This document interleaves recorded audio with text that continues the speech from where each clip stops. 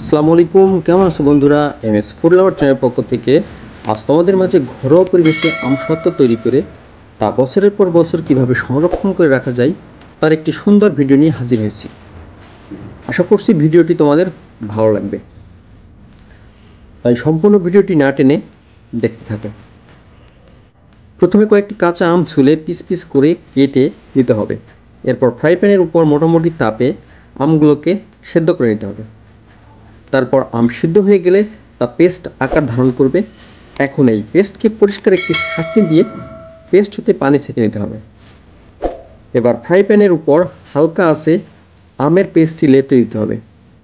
তারপর প্রয়োজন মতো শুকনো মরিচের গুঁড়া, চিনি, বিট লবণ, লবণ ও ফ্রুট কালার মিশিয়ে 5 মিনিট অপেক্ষা করলেই কাঙ্ক্ষিত কাঁচা আমের সত্ত্ব তৈরি হয়ে যাবে।